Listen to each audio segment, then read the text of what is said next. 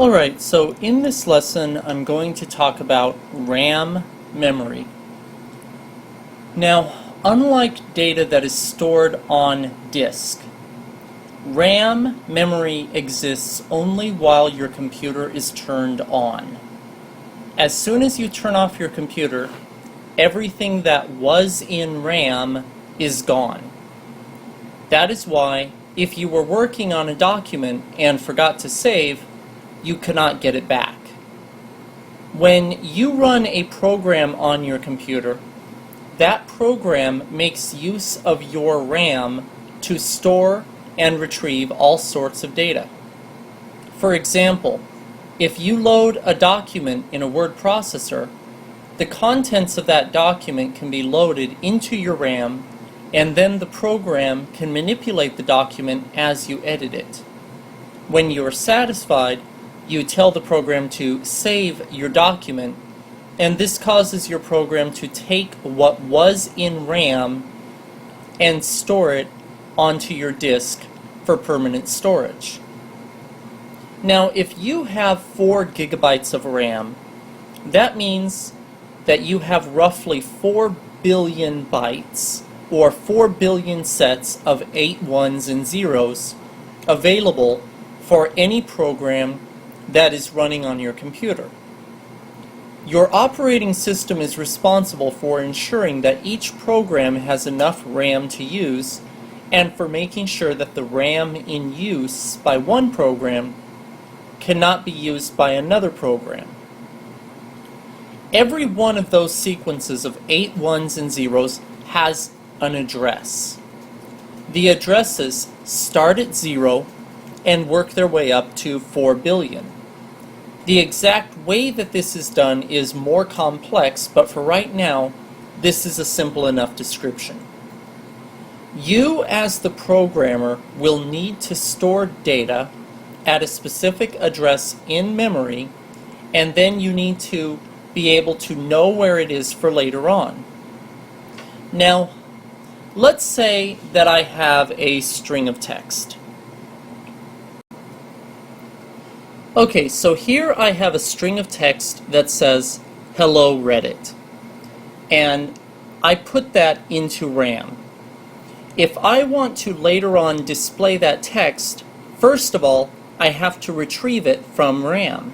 That means I must know where in RAM the string of text was put, or in other words, I have to know what address this string of text is located in memory. Now, it would be quite tedious if I had to remember some enormous number as an address in memory every time I needed to store something. This leads us to the next role that a programming language has.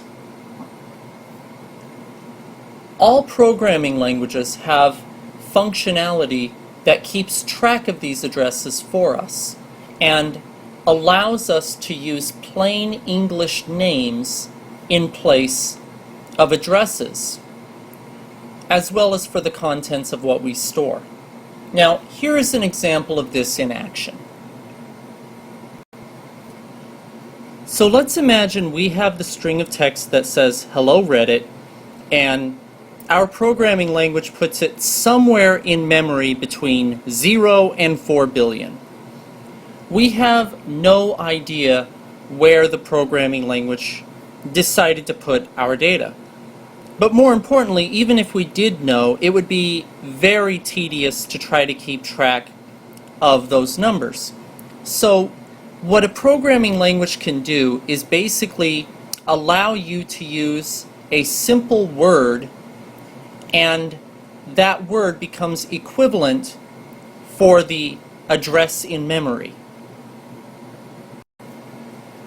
So, in a programming language, what I would probably write would be something like this.